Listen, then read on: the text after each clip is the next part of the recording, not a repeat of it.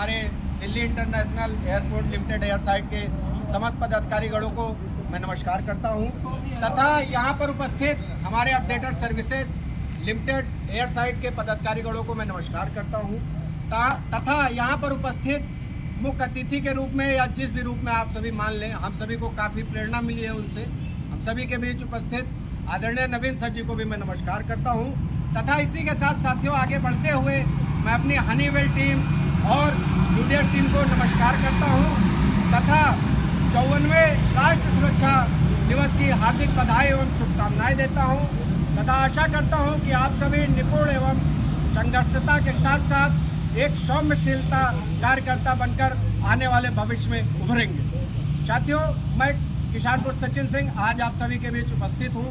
मेरा उपस्थित यहाँ पर होने का तात्पर्य सिर्फ यही है साथियों, जैसा कि राष्ट्रीय सुरक्षा दिवस के अवसर पर हमारा देश, भारत देश जो कि है, ये राष्ट्रीय सुरक्षा सप्ताह का आयोजन करता है और इस आयोजन की आवश्यकता हमें इसलिए पड़ी थी क्योंकि 1947 दशक के पहले बीते हुए 1947 के पहले जो स्थिति थी हमारे देश की, शिक्षा का लेवल काफ़ी कम था, लोगों के प्रति अन्याय काफ़ी अधिक थे। अंग्रेज़ों द्वारा हम लोगों पर वामपंथी करके कार्य जबरन कराए जाते थे। कोई आग से, ज्वलनशील पदार्थ से मौत हो गई, कोई हाइट से गिरने से मौत हो गई, तो उस पर किसी प्रकार का किसी रूप से एक्शन नहीं था। किस लिए नहीं था? क्योंकि उनके लिए उनके देश के वो लाल नहीं थे, वो दूसरे देश के लाल थे। तो बेटा उसी का कहलाता है जिस माँ का होता है, दूसरा उस बेटे लायक नहीं समझता। तो यही भावनाएं थी। तो इन्हीं सब चीज़ों को देखते हुए हमें, आप जैसे एक आम पुरुष थे और आम नेता निकले जिनका नाम डॉक्टर राधाकृष्ण सर्वपल्ली जी, जिन्होंने इस भावना को अपने दिमाग में गुलामी के समय से रखा और जब उन्हें यह अवसर मिला, जब वो देश के राष्ट्रपति बने, तब 11 दिसंबर से लेकर के 13 दिसंबर 1965 को इसी दिल्ली राजधानी में उन्होंने श्रम मंत्रालय द्वारा एक कार्यक्रम आयोजित कराया जिसके द्वारा लोगों को जागरूक किया जा सके और सजग किया जा सके। हालांकि साथियों, इंसिडेंट एक्सीडेंट इसलिए ज़्यादा होते थे क्योंकि उस समय में हमारे पास ज़्यादा प्रॉपरली पीपीईज नहीं थे, प्रॉपरली टूल्स नहीं थे, प्रॉपरली काम करने के लिए इक्विपमेंट्स नहीं थे और सारी चीज़ सुचारू रूप से नहीं थी। और सबसे अहम बात थी कि कम पढ़ा लिखा होना। तो जैसा कि कहते हैं ना कि गुलाम पंछी गुलामी बुद्धि सोचता है और आज़ाद पंछी आज़ादी बुद्धि सोचता है। तो जैसे ही देश आज़ाद हुआ, शिक्षा का स्तर बढ़ा और डॉक्टर सर्वपल्ली जी की जो मुहिम थी, या 11 दिसंबर से लेकर के 13 दिसंबर 1965 को कार्यक्रम आयोजित करती है।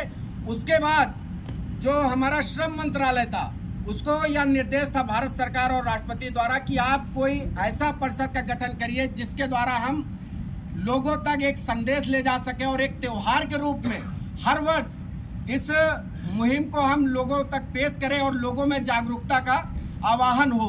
तो इसमें किया क्या गया कि सन 1966 में, फरवरी सन 1966 में राष्ट्रीय सुरक्षा परिषद का गठन भारतीय श्रम मंत्रालय द्वारा किया गया और इसके उपरांत यह चीज़ लागू कब हुई साथियों, यह भी जानना आवश्यक है क्योंकि सन 1972 में इसी 4 मार्च के दिन इस चीज़ को सभी फैक्ट्रियों और सभी साइटों पर लागू करने का आदेश भारत सरकार द्वारा कर दिया गया।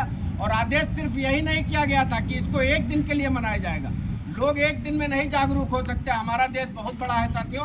तो इसीलिए इसको एक प्रोग्रामिंग के तहत एक हफ्ते का एक कार्यक्रम बनाया गया और इसको राष्ट्रीय सुरक्षा दिवस के अवसर पर हम एक सुरक्षा सप्ताह के रूप में मनाते हैं। तो मैं आशा करता हूँ कि आप सभी हमारी इस प्रेरणा से प्रेरित होंगे और डॉक्टर राधाकृष्ण सर्वपल्ली जी की जो मुहिम थी, आप भी उन जैसा एक नेक नागरिक बनेंगे।